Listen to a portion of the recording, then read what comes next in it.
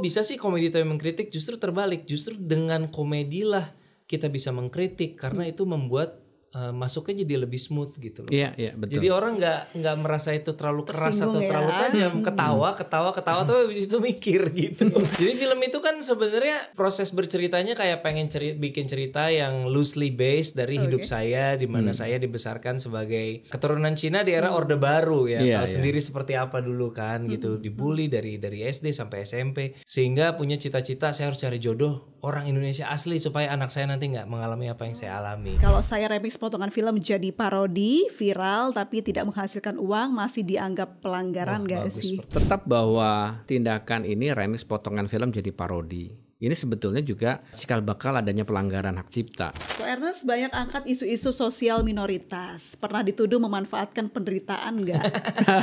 Ya saya udah menderita, masa nggak boleh saya manfaatkan?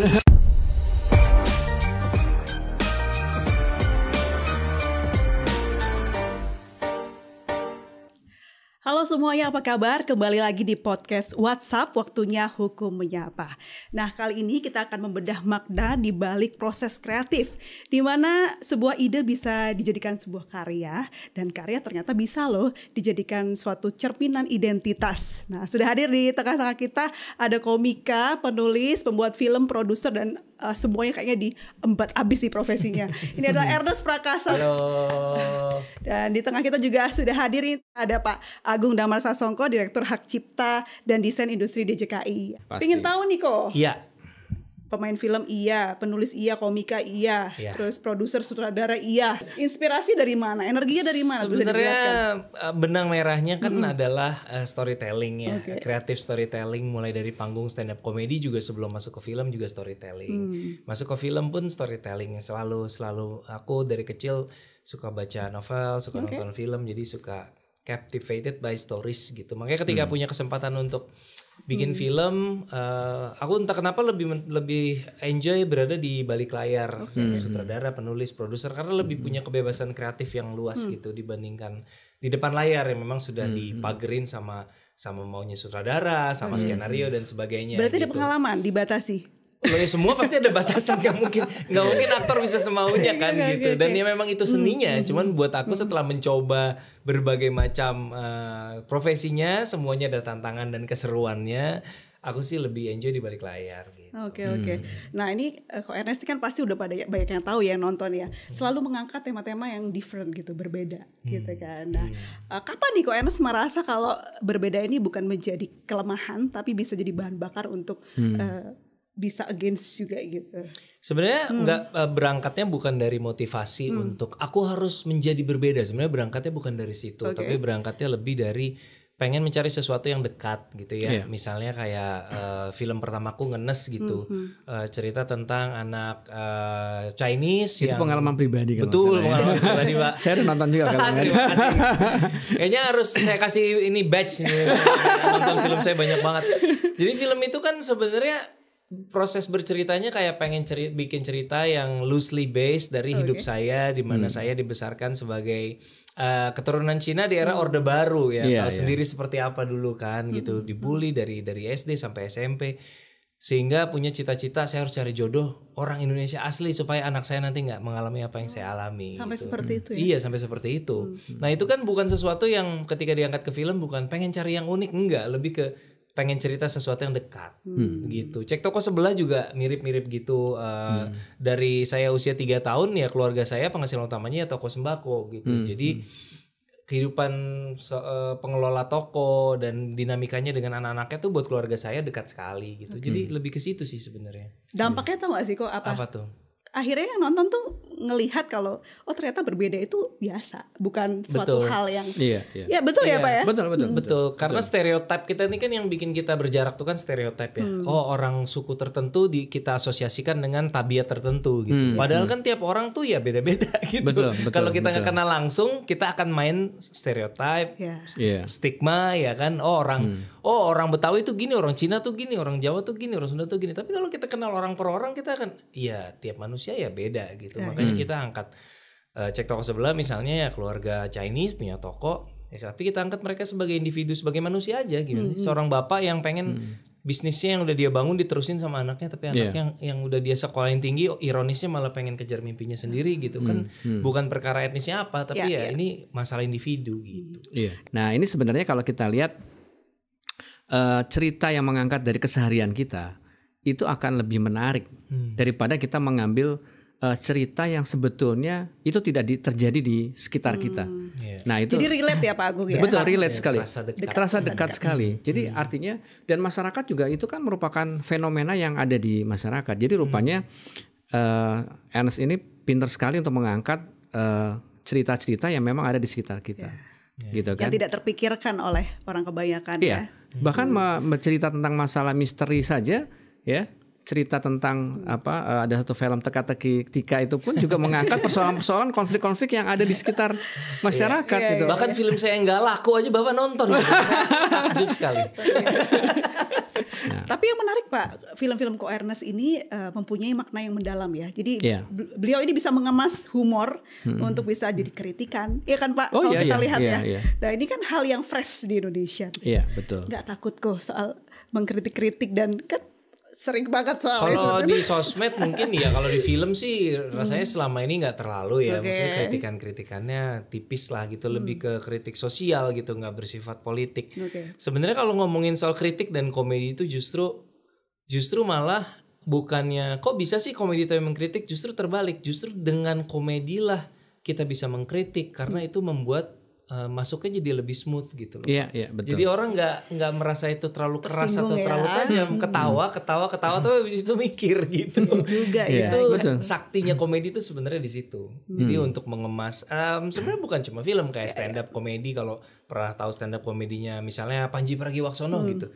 Dia ngelucu tapi sebenarnya materinya isunya sangat keras tentang kritik dengan berbagai hal ya. Gitu. Film juga sama. Ketika kemas dalam bentuk komedi orang ketawa tapi sebenarnya di dalamnya kita punya pesan-pesan yang sangat serius gitu. Nah, ini kita sambungin nih Pak kepada DJKI ya. Nah, apakah dari pemerintah sendiri sudah ada untuk perlindungan hak-hak cipta yang khususnya Ernest ini untuk konteks sosialnya begitu? Ya sebenarnya kalau bicara hak cipta ya, sebenarnya kalau kita bicara tadi dari idenya yang dibuat oleh Ernest, terus kemudian dia bikin scriptwriter, itu sudah dilindungi secara otomatis oleh hak cipta. Jadi memang sebenarnya kalau bicara film itu sebenarnya disebut dengan kumpulan dari hak-hak yang ada di hak cipta. Contohnya sekarang dari scriptwriter, terus kemudian dari musiknya, ya kan, terus kemudian dari layoutnya, semuanya kan itu kan ada hal-hal yang memang terkait dengan hak karya cipta. Terus kemudian sutradara ini ketika dia memvisualkan dari gambar menjadi film, itu juga karya ciptanya dia. Karena contohnya sekarang gini, ada sebuah film yang sama di remake, sutradara yang berbeda, pasti dia punya visual yang beda. Betul. Nah, makanya si pencipta atas karya film itu sutradara punya hak cipta atas karya yang dibuat, gitu kan. Kalau produser kan yang membiayai film tadi sebagai pemegang hak ciptanya, tapi tetap dia punya hak itu tadi. Dan tokoh-tokoh yang main di situ itu masuk dalam pelaku pertunjukan yang juga dilindungi sebagai pencipta. Jadi kalau umpamanya dalam proses film tadi selesai, terus kemudian disensor, diedit, itu harus minta izin kepada si sutradara. Boleh nggak gue ngeditnya seperti ini? Jadi artinya undang-undang udah menjamin itu. Nah, apalagi kalau sekarang umpamanya setelah film itu tayang, terus kemudian sekarang lagi tren tuh di TikTok dipotong-potong jadi beberapa bagian, itu sudah mutilasi karya cipta, itu sudah melanggar hak moral dari karya cipta tadi. Nah, sebelum kita melangkah berbicara soal potong-potong, kita cek polling dulu ya Pak ya. Nah ini kita sudah buat polling. Apa yang paling kamu sukai dari Ernest Prakarsadi? Nah yang pertama ada pilihan kritis tapi tetap menghargai perbedaan. Yang kedua mengangkat keberagaman lewat karya. Yang ketiga konsisten mengedukasi lewat hak cipta. Dan yang terakhir sukses bridging antara idealisme dan industri. Ternyata Ko Ernest yang paling banyak adalah kritis tapi tetap menghargai perbedaan. Apa komentarnya? Aku kalau soal menghargai perbedaan pendapat di diskursus media sosial itu ya belajar banyak dari dari sejarah politik kita, dinamika politik kita 2 dekade terakhir lah, dari 1 dekade maksud saya, dari Pilpres 2014, Pilpres 2019. Kan kita di sosmed berantem aja kerjanya ya. Habis itu akhirnya karena berantem, karena panas, akhirnya poin yang kita mau sampaikan juga orang udah nggak terima duluan gitu loh, karena suhunya sudah terlalu tinggi. Akhirnya makanya menghargai perbedaan tuh buat aku konteksnya penting saat kita punya perbedaan pendapat dengan orang lain.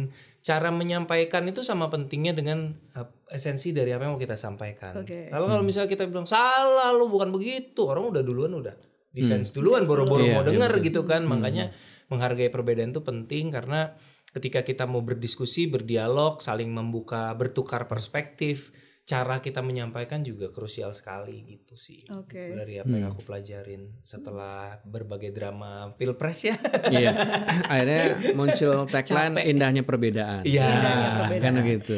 Yang akhirnya muncul di masyarakat kalau Ernest sih idealismenya tinggi gitu kan. Nah, iya. Ya mungkin karena ngelihat dari film-film, terutama film-filmku banyak kan original story. Karena aku merasa sekarang dari fenomenanya sebenarnya global sih ya.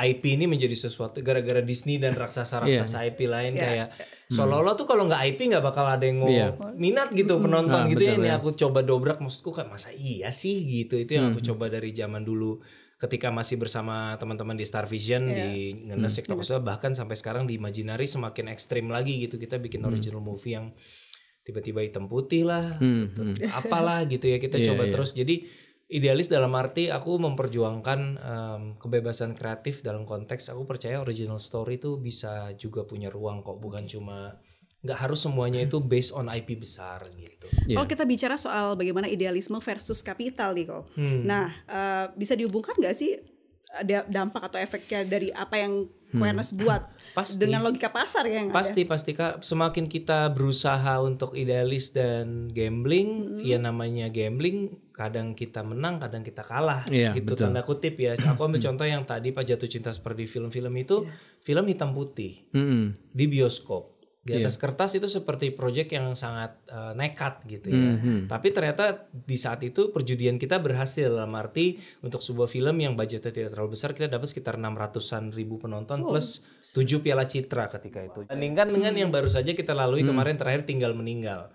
Sebuah film dark comedy di mana kita menertawakan duka. Yang ternyata setelah filmnya tayang dan kita evaluasi, sepertinya menertawakan duka itu sesuatu yang buat Indonesia masih cukup tabu. Nggak gampang diterima joke-joke seperti itu, sehingga secara penonton itu sekitar 180 ribu penonton yang sebenarnya di atas kertas proyeknya minus lah gitu.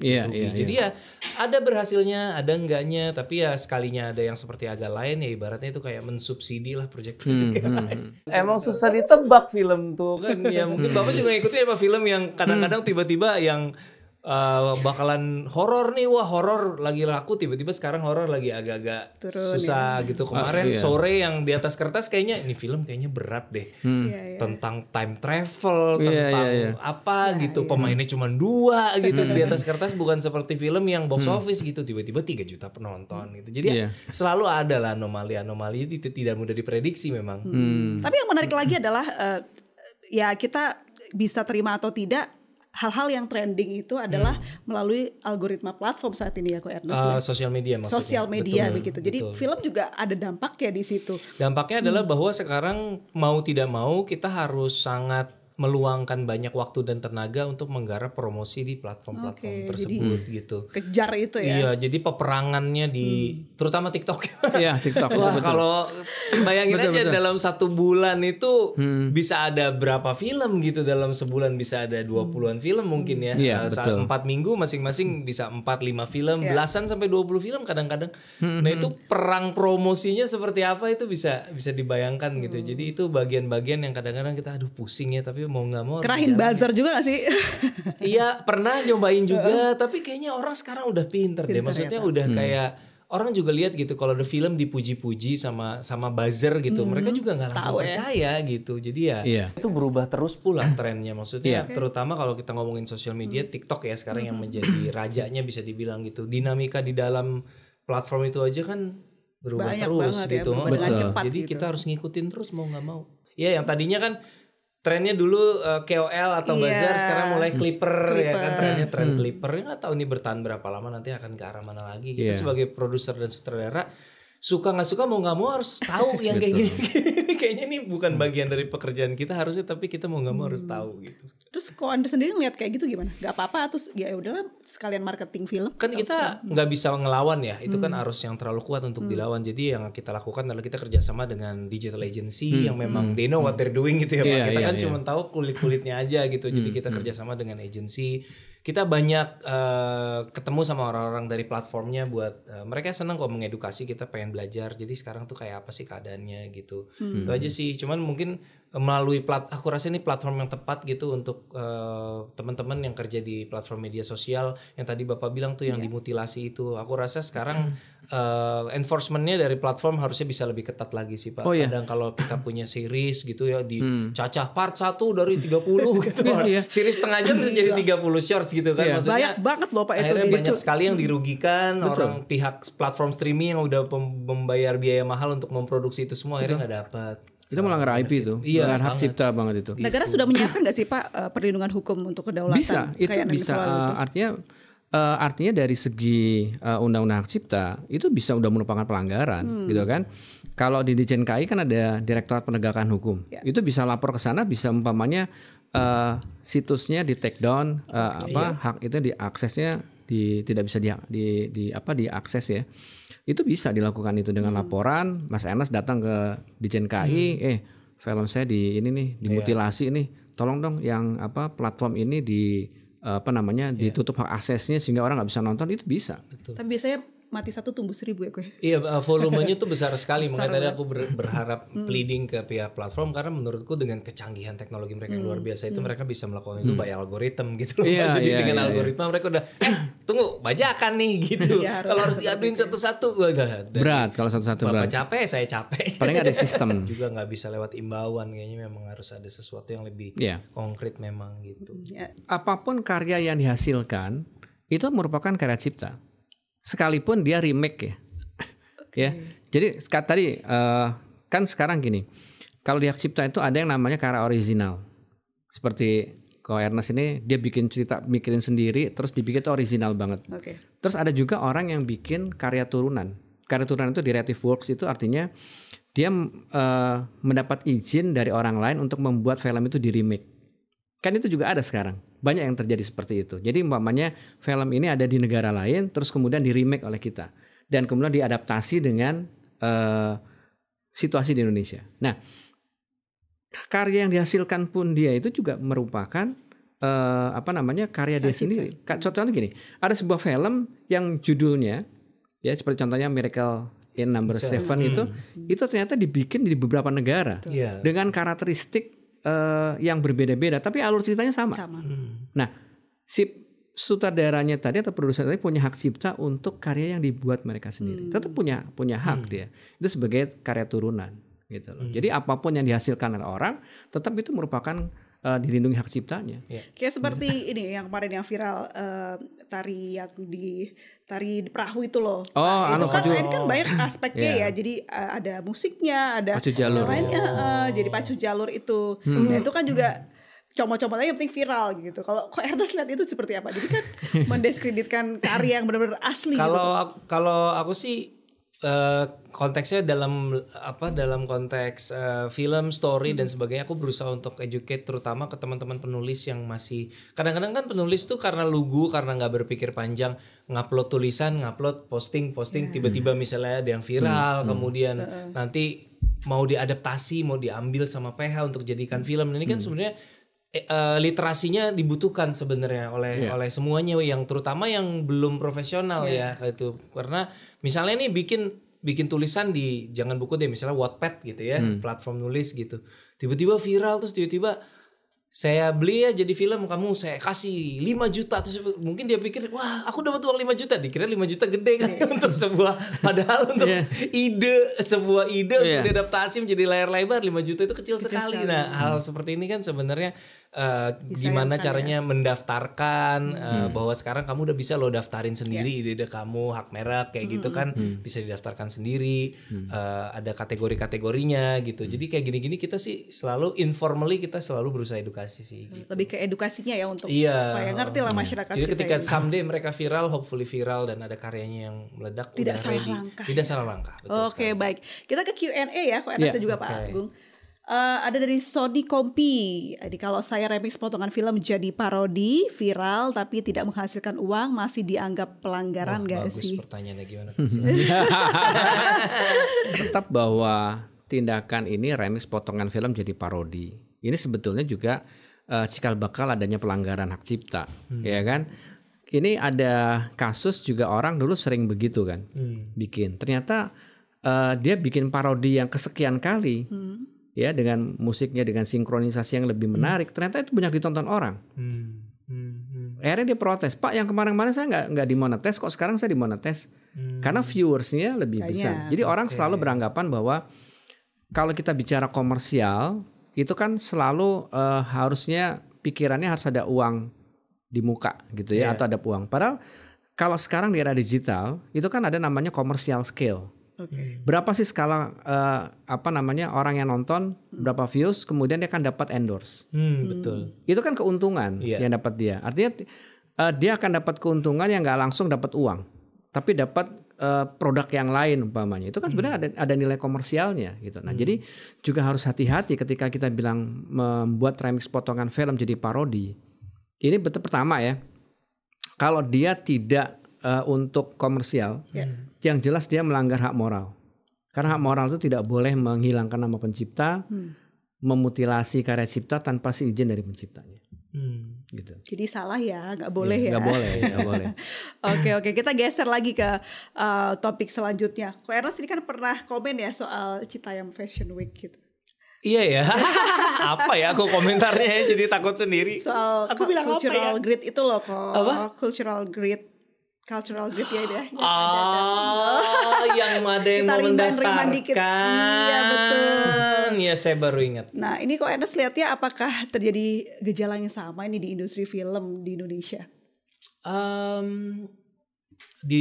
Enggak sih aku rasa. Sebenarnya mendaftarkan IP untuk sesuatu yang milik rakyat atau milik bersama itu konsekuensi moralnya besar sekali gitu. Kalaupun secara legal kita berhasil masuk, backlashnya tuh potensinya besar gitu loh. Jadi misalnya ada sebuah situasi atau kejadian yang viral, lalu oleh sebuah PH misalnya dia nggak ada yang daftarin nih, didaftarkan kemudian dibikin film, aku rasa akan dapat sanksi sosial dari masyarakat gitu. Jadi tidak sesimpel itu juga sebenarnya. Karena merasa kepemilikannya orang nih. Bukan gitu sesimpel ya. Mungkin itunya first to file, tapi kan ketika orang lihat dan apa sih lu nggak ada konsekuensi itunya juga gitu. Malah jadi pasarnya nggak dapet nih ya kok ya, karena ada sensitivitas itu. Iya biasanya biasanya kalau sesuatu yang kita banyak sekali kasus viral di media sosial, tapi biasanya tetap kalau mau dibikin film itu pasti izin ke pihak keluarga. Itu pasti biasanya akan selalu kayak gitu. Nah, ketika filmnya tayang, apakah itu bagaimana diserahkan kembali ke masyarakat? Contohnya misalnya kasus Vina Garut yang yang bersangkutan sudah izin ke pihak keluarga, keluarga sudah mengizinkan, masyarakat pro kontra, ya itu menjadi dinamika kita di masyarakat gitu. Tapi secara jalur at least dia udah izin ke pihak keluarga gitu kan. Masalah suka atau enggak ya itu kembali ke itu kalau film ngenes itu udah minta izin papa mamanya. Saya minta izin ke istri, sorry ya yang meranin kamu orang lain. Lebih kebaksa. Tapi Pak Agung sebenarnya negara ya Indonesia khususnya itu punya nggak sih mekanisme untuk melindungi karya yang ekspresif kolektif seperti Citayam Fashion Week? Iya, sebetulnya tadi yang tadi seperti kata Ko Ernest tadi bilang, ya memang sebenarnya ini kan mengangkat sesuatu yang ada di masyarakat. Ya itu memang agak sensitif ya. Artinya kalaupun diangkat dibikin cerita itu suatu karya boleh-boleh saja gitu kan. Tapi kan di situ ada etika yang berlaku di masyarakat yang harus diperhatikan gitu kan. Kalau bicara KI ya IP gitu ya, orang ngangkat cerita dibikin cerita based on true event gitu atau apalah gitu diangkat kemudian jadi sebuah naskah novel gitu. Boleh saja. Itu satu karya original dibikin sendiri kan.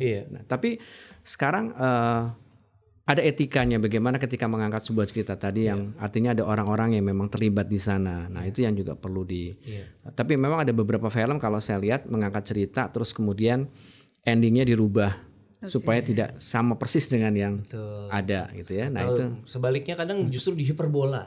Nah, karena yang aslinya kurang dramatis. Kurang dramatis, ini dramatik seperti itu. Biar yang nonton lebih banyak ya kok karena memang yang bener sih ada faktor etika kan. Kalau hukum kan saklek ya Pak. Kalau etika kan kadang dinamis gitu. Masyarakat kita values-nya bisa bergeser, etikanya bisa berubah-ubah mungkin over long period of time. Tapi kan kalau hukum kan harus saklek gitu. Jadi ada gap itu sih memang yang harus dijaga. Iya, betul. Ini ada pertanyaan lagi nih Ko Ernest yang kita baca.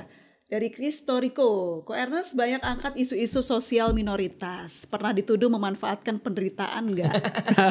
Ya saya udah menderita, masa nggak boleh saya manfaatkan? Kapan lagi ya? Biar orang yang nilai ya, karena poinnya kan adalah di masing-masing cerita yang saya bikin pasti ada isu yang mau diangkat gitu.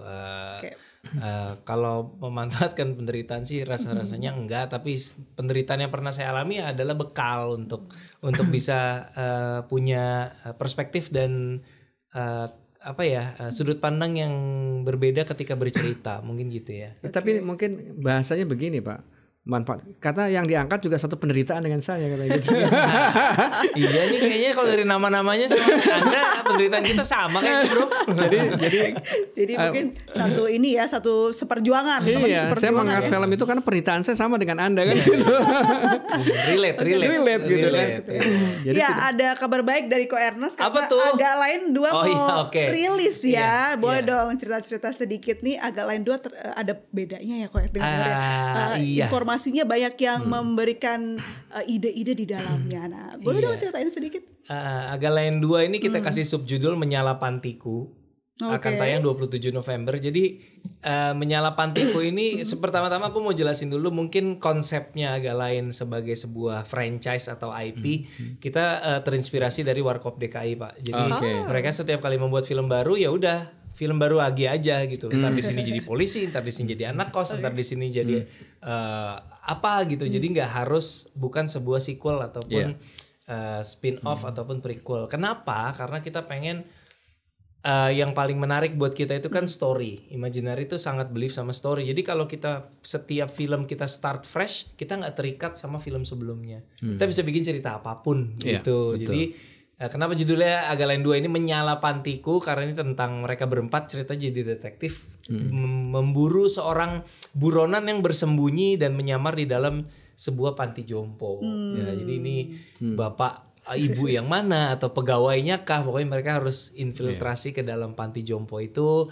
Kita masih pertahankan core values-nya film Agak Lain tuh pertama harus selucu mungkin karena terutama di tengah berbagai gejolak di masyarakat kita pengen kasih escapism lah Pak ya 2 jam di bioskop ketawa-ketawa bikin seneng dan kedua tetap walaupun komedi kita ada tulang punggung dramatik yang kita buat cukup serius gitu. Kalau di film pertama ada Oki dan ibunya, di sini nanti teman-teman bisa lihat ada apa. Nah, kasih spoiler dong. Ada apa? Ada ibu-ibu yang gendut itu yang mana? Iya, jadi di sini ada deh pokoknya. Nonton deh 27 November ya. 27 November. Kalau Pak Agung juga nungguin ya Pak? Oh ya nungguin. Ya kayaknya cerita itu ada misteri di panti tadi. Ada sesuatu. Jadi mereka ini kayaknya suruh ada mission dari kepolisian gitu. Jadi mereka berempat ini karena nyamar ke dalam panti yang kan ada cerita kan? Iya, enggak. Tadi enggak mau cerita. Iya, aku kasih bocoran. Yang 2 nyamar jadi pegawai, yang 2 lagi nyamar jadi penghuni. Jadi yang 2 ini harus di make up menjadi lansia.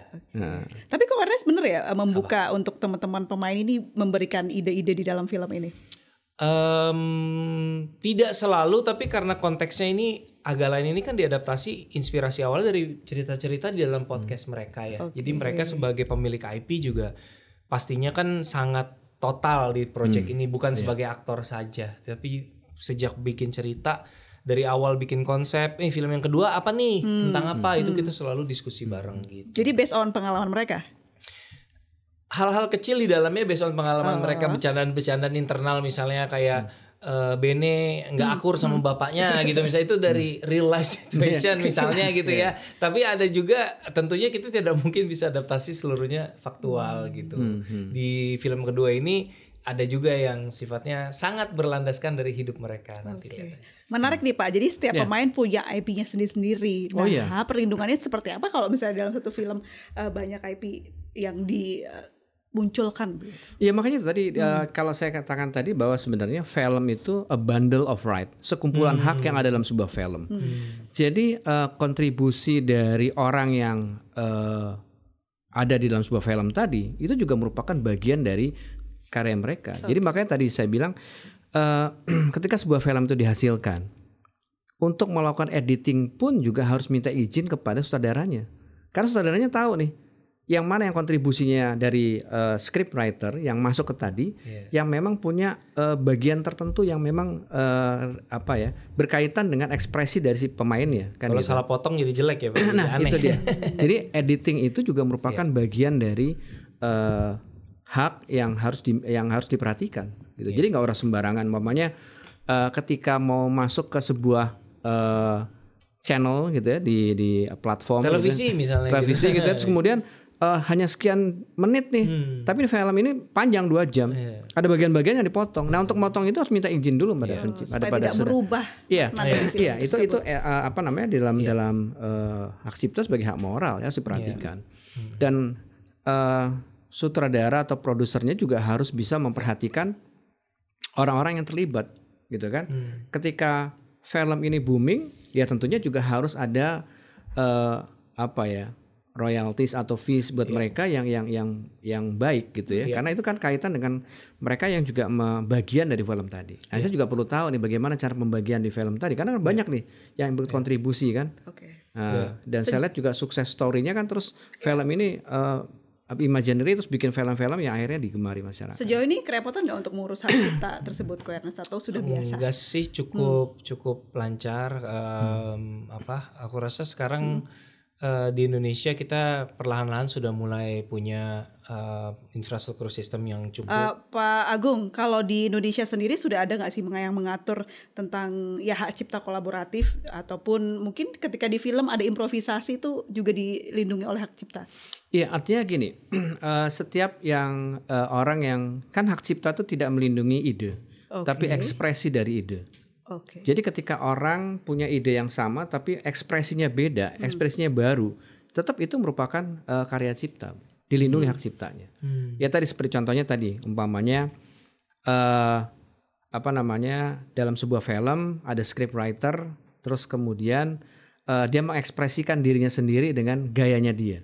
Itu merupakan bagian dari ekspresi dia, gitu, dari penampilannya dia, dan itu sebagai performer, sebagai pelaku pertunjukan itu dilindungi, gitu. Oke. Ko Ernest, Agalain 2 ini targetnya mau naikin penjualan melebihi Agalain 1 atau pengen kasih experience yang berbeda untuk penonton? Aku rasa terlalu susah lah untuk kita memprediksi jumlah penonton. Toh kan film Agalain pertama juga 9 juta juga siapa yang nyangka gitu. Jadi kita sih merasa film ini tetap berusaha semurni film sebelumnya. Objektifnya sangat clear, yaitu bikin film selucu mungkin, menghibur orang sebanyak mungkin gitu. Kita pengen orang Indonesia bisa datang ke bioskop dan ketawa dan happy, at least selama 2 jam itu mereka happy gitu. Jadi itu sih. Ini yang menarik ya, kalau seorang seniman yang original gitu, yang murni bikin karya, dia tidak pernah membicarakan hasil. Yang penting saya bikin film yang paling bagus. Atau seorang seniman, saya bikin karya yang paling baik. Saya tidak tahu bagaimana nanti, itu urusan nanti. Kan gitu. Sekarang kan berarti targetnya bikin film bagus, orang ketawa, udah itu that's it. Gitu, itu kan. yang perlu diapresiasi. Yang diapresiasi. Untuk bentuk apresiasi kita persilakan Ko Ernest untuk bilang ke masyarakat pentingnya menonton Agalain 2 di bioskop, bukan di TikTok, bener ya? Nah, berikan alasannya kenapa harus di bioskop bukan di TikTok. Iya. Kemana? Ke situ. Ya teman-teman, film Agalain yang kedua judulnya Menyala Pantiku bakal tayang serempak di bioskop tanggal 27 November. Tapi tanggal 15 dan 16 kita bakalan ada special screening menyambut tanggal 27, kita nonton bareng di 27 kota. Jadi kalau ada di kota kamu, bisa nonton duluan, silakan cek informasi lengkap di Instagramnya imaginary.id gitu. Oke, terima kasih. Ada yang ingin disampaikan Pak Agung? Jadi ingat lagi, nikmati karyanya, pahami hukumnya.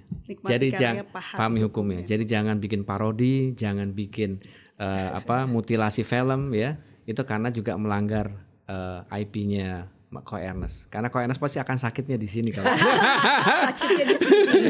Kita jadi punya ilmu baru ya di teman-teman semua soal perfilman dari Ko Ernest. Ternyata bukan sekedar hiburan, tapi juga soal menjaga keadilan, kepemilikan, dan juga menjaga makna dari film itu sendiri. Karena film yang bagus bukan yang hanya laku saja, tapi yang meaningful ya, Ko, yang berarti, yang punya dampak, impact. Seru sekali episode kali ini. Terima kasih banyak. Nantikan episode selanjutnya. Saya Aprilia Putri pamit. Sampai jumpa.